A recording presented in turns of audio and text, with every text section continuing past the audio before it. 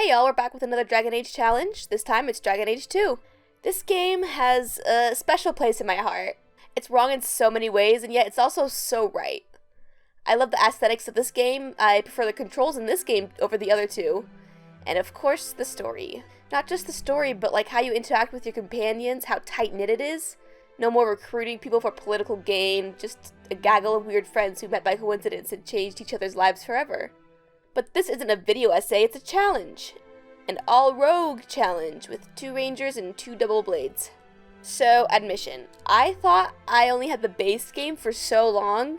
I looked up how to buy the DLC to get Sebastian and found out that I literally had it this entire time and my silly ass just didn't download it. Yeah, it's like that. I hear a lot of both good and bad things about Sebastian.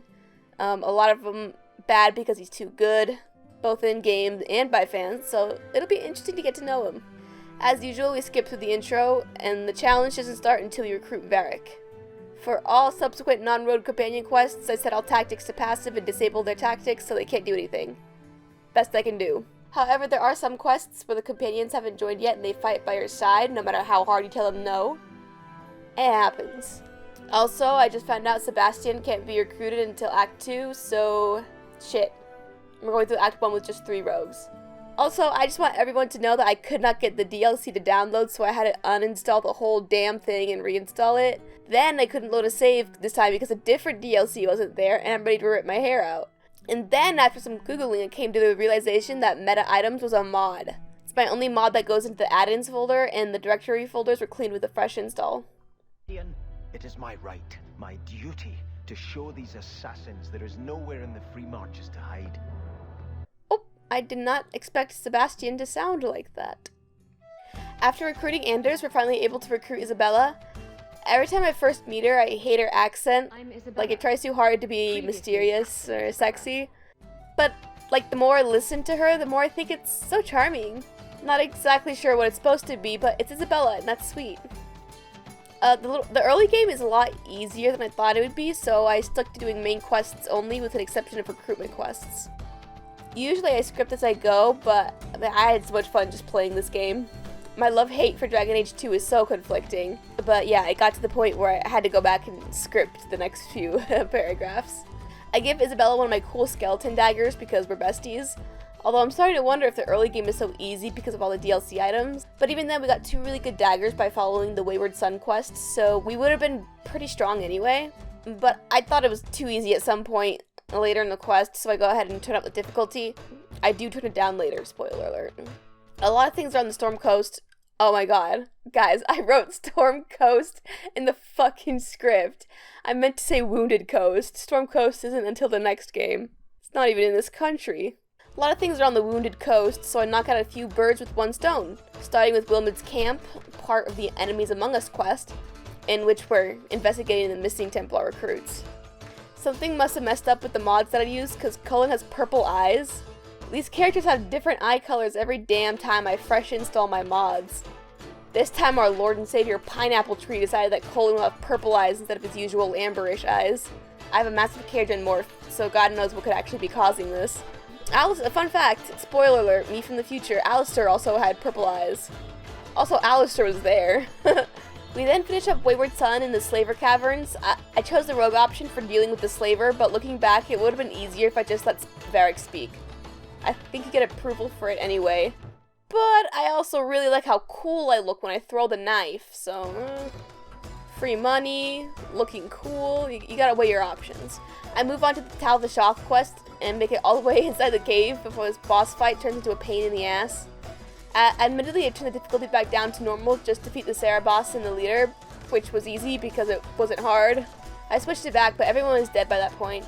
Onward and upward, I suppose. We go to talk to the Arishok of the Qunari about defeating the Tal Vashoth, but before we walk in there, Isabella dips. I guess she's just racist or something. Anyway, we go to talk to the High and Mighty and... holy shit, he is so hot. It's definitely the horns. Look at them. Like, damn, I wish the Qunari Inquisition looked like that. Well, they might, I guess. You don't see a lot of Qunari in the Inquisition. Anyway, we go to Meryl's house mostly for the easy transportation, but we might as well talk to her for free friendship points that I don't receive because I probably said something wrong, and move on.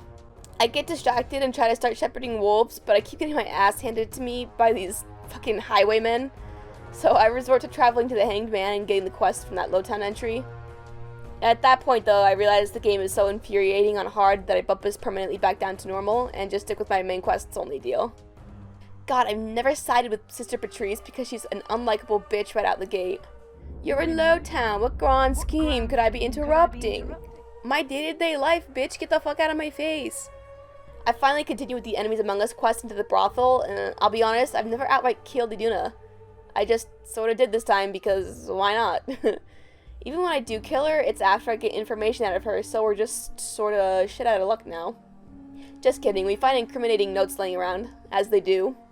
After Isabella says the funniest thing in her entire career, effectively peaking. Apostate prostitutes? Apostitutes! We go to Darktown to finally finish the quest. We kill Tyrone, free Karen, and after trying to argue with Colin always misses the point Rutherford, the quest is done and we're paid.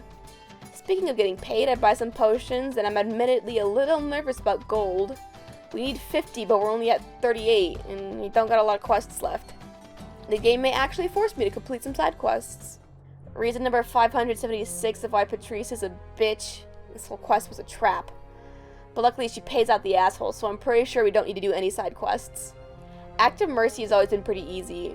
It's a fast quest. Go in, clear baddies, get out. The hardest part is the moral conundrum, which is also easy because both me and Varric are good liars. Though this final boss was a bit of a pain in the ass. Blood mages are the worst mages in the game simply because of this OP blood-stealing move or whatever. It just kills you before you can even leave. Not to mention this absolute army of low-tiered enemies that still mercilessly chip away at health. But eventually I get Isabella to finish off Decimus and the rest is history. Yes, I know, I could have just lied myself, but man, Varric comes up with the craziest shit for his stories.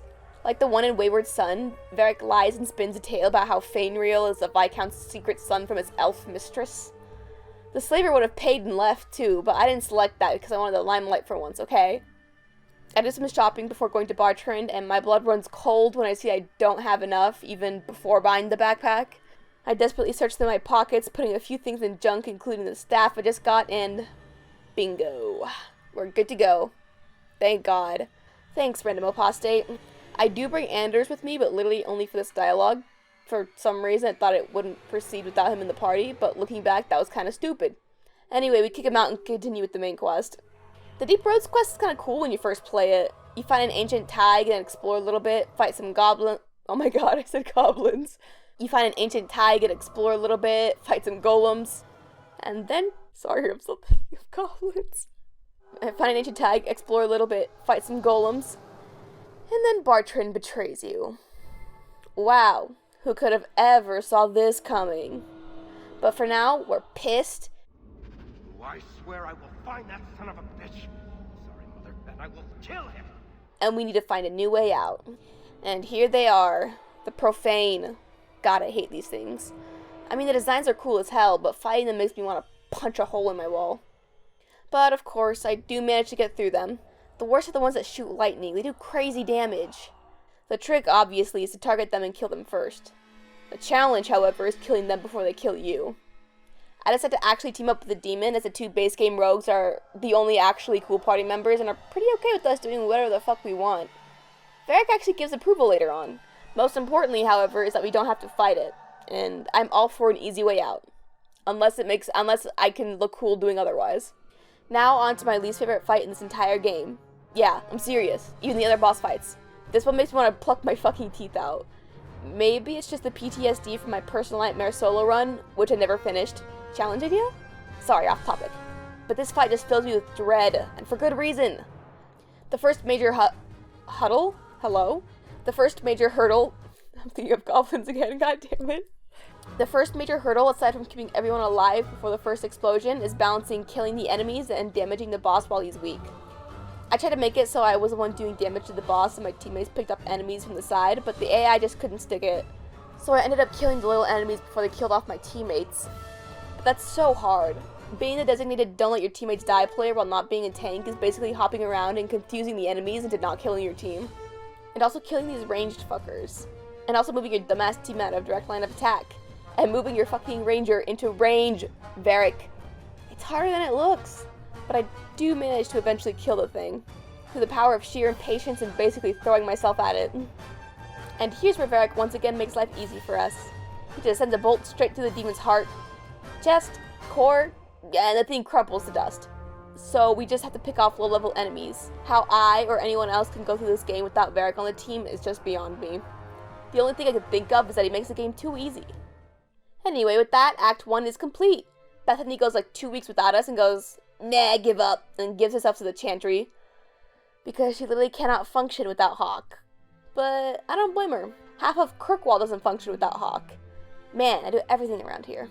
Now we can finally recruit Sebastian. Talking with Sebastian, and he immediately throws us under the bus for killing the Flint Company. After Varric and I openly roast this guy's plea for help, Mother Athena tells us we do random shit for no reason, and that we might as well help this guy. I do so, thus rounding out our little team. Shit, okay, I was gonna romance Sebastian because, like, I never did, and he's part of the party, but Isabella wants to smash. I flirted with her, like, once, like 5 minutes ago. I'm 90% sure it'll lock me out of a romance with Seb, but I don't want to turn her down. I've been sitting here for like 5 minutes agonizing, but then after some research, I decided that Sebastian is a fucking square. Lesbians all the way! Wait. You're not thinking of bringing feelings into this, are you? Well, I already in advance dumped Sebastian in my mind, so you better be fucking worth it one way or the other. I actually go through some of the investigate options and learn about Isabella's backstory. She's a pretty interesting character, but it's mostly what you expect from every typical I won't be tied down character. Especially the female ones. Still, it's really cool seeing her fleshed out. It's also really cool seeing her flesh. I put a Rainbow Dash Presents reference in my script, but I don't think anyone would get it, so let's just move on. We start Act 2 for real with Night Terrors. I don't know if it's a main quest or an optional side quest, I can't remember, but I do it every time anyway because it's a continuation of a main quest in Act 1. One that I was pretty invested in.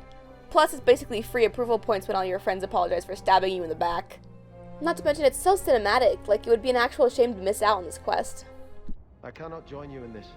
The Fade is no place for men of faith. Ugh, free approval from everyone but Sebastian because he's a little bitch baby.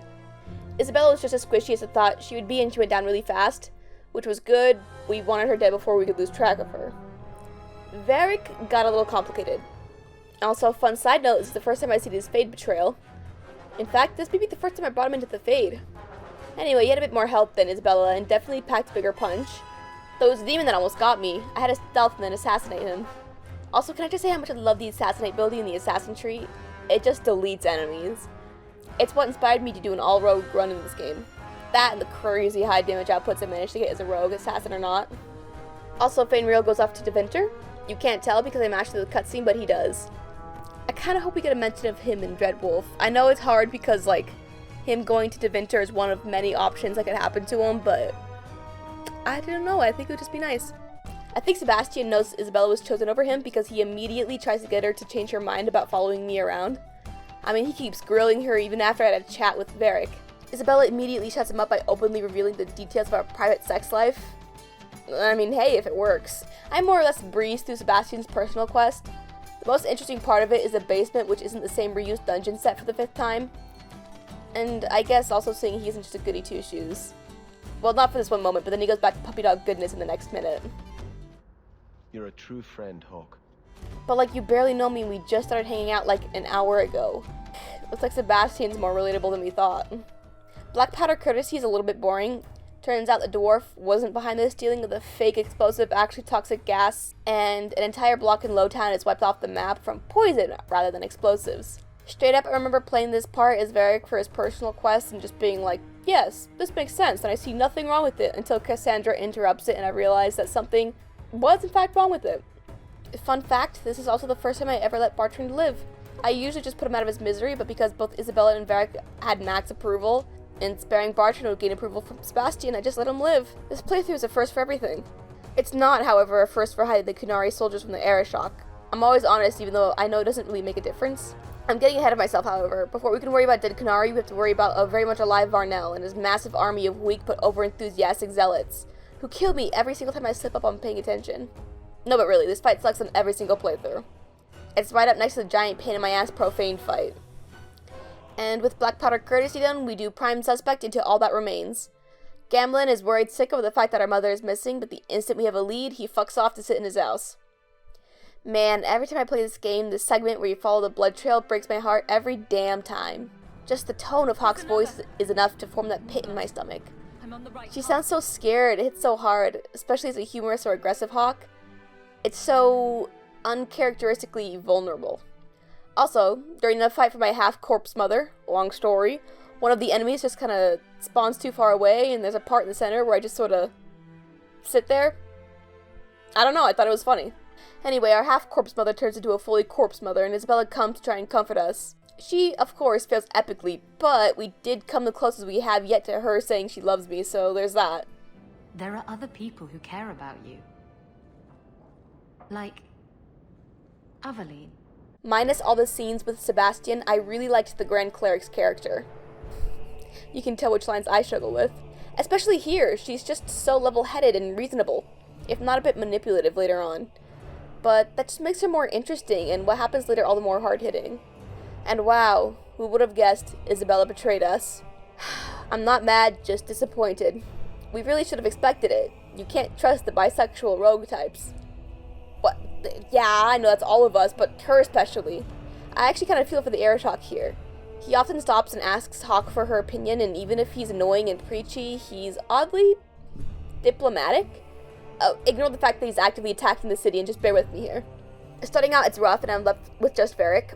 He packs a punch though, and I think I could have kited my way out of the situation, but then I realized I was using too many health potions and I would have been in a tight spot later on, so I let him die and we try again. It's been rough without Isabella, but it's giving me a chance to take out Varric and Sebastian's build to see how they work. Or rather, don't work. Seb never uses his cooler abilities. We finally reunite with Bethany. She's a little mad at us, I think. Also, for this choice right here, where Orsino and Meredith are fighting over who leads the charge, I always make Hawk do it. I can't help but feel personally responsible for what Isabella did leading to this whole siege in the first place. Plus, it's a nice neutral ground. Bethany's a little fucking brat about it, but other than that, we're good to go. I don't understand this choice, but Orsino said there were hostages, so I make him distract. Then he becomes responsible for being altruistic. Not gonna lie, folks, I did not know you could duel the Arishok without Fenris in the party. Should I? Would I be able to do enough damage to kill him before he kills me? Let's see. I think we have a save before the honor guard fight, so we can always go back if need be. Okay, so my console command menu is invisible, but it locks me in place, so whenever I accidentally hit my tilde key, I'm basically stuck. So he got a few free hits on me. But other than that, it wasn't actually that hard. I still have nightmares of trying to fight that asshole one-on-one as a mage. Once I get his health low enough to stunlock him and get hits in, it was in the bag. And now we're on to Act 3. It's the final quest, and honestly, aside from some companion things, there isn't much to this act. It's oddly boring and kind of quick, and the game ends really abruptly. You'll see. Varric hates Sebastian so much, he just accuses him of being a pedophile? Or gay, but damn, he's like, yeah, I can picture this guy fucking his own sister. Like, shit, dude, chill. Holy crap, what did he do to you? What's going through your mind? I think I'm falling for you. Ah, we did it, boys. We did have to let a slaver go free, but we also got a sick-ass boat. So when the shit show is over, me and Isabella can just hit the waters and sail off into the sunset. I realized I don't even have one elf ruse, so I decided to go and do a side quest to get Zevran on our side. Long story. To make the final fight minusculely easier, I wikied it a minute later and figured out there's no Act 3 elf route on Sundermount, just on the coast. But I was already halfway through the cave to find Zev, so I finished on the loose. It's like any other Act 3 quest. Kind of boring. Yeah, I may just turn to blood magic or lying about it. Yeah, Meredith is crazy. And this was one of the first times I actually turned to Mealin. It's also the first time that Meredith was even remotely friendly, respectful to me. I'm so used to having a tension with her, threatening to turn me in at any second. Sorry. Please, Isabella being scared by the haunted house is so cute. Don't worry, babe, I'll keep you safe. Sunglasses emoji. Again, I usually kill Bartrand, and it's like 50-50 whether or not Varric keeps the shard, but him pulling out the whole cure for Bartrand card tugged at my heartstrings. He gets to keep the idol piece. This is also the first time Meredith has actually given me the next quest. Usually Orsino reaches out to me.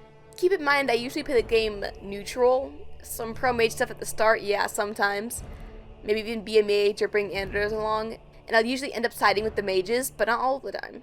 But every time Meredith would give me the shifty eyes.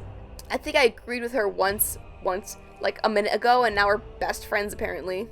Grace's betrayal is so lame. I could understand her turning to blood magic to stop Hawk from giving up the going-ons of the little rebellion, but her being secretly evil this whole time, and she actually hated Hawk this whole time, even though we saved her bitch ass from Templars. Dude, it's so lame. So lame. Every time I'm like, oh yeah, sweet, we're doing best served cold, but it ends up being really underwhelming. And then the game ends. Okay, not really, but we're at the final quest.